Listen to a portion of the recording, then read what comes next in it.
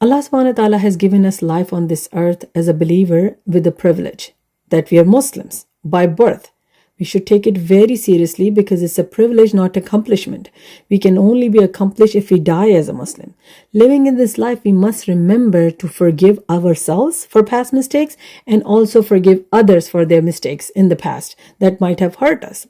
In our life, we should always act like car drivers. Yes, it's funny, but we have to act like car drivers because back view mirrors, the front shield, and the side mirrors are three different realities of our lives.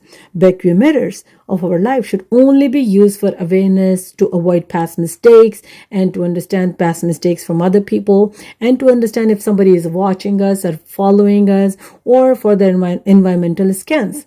While side mirrors might be used for references, for best practices, for evidences, to check on our relatives, to check on our siblings, for our acquaintances. So side mirrors are our reference points and back view mirrors are to avoid the mistakes. While we only should be focused on the front sheet, forward vision, forward thinking, steady rhythm, and aimed at destination and destination alone, which is the Jannah. And the second focus should be on speedometer.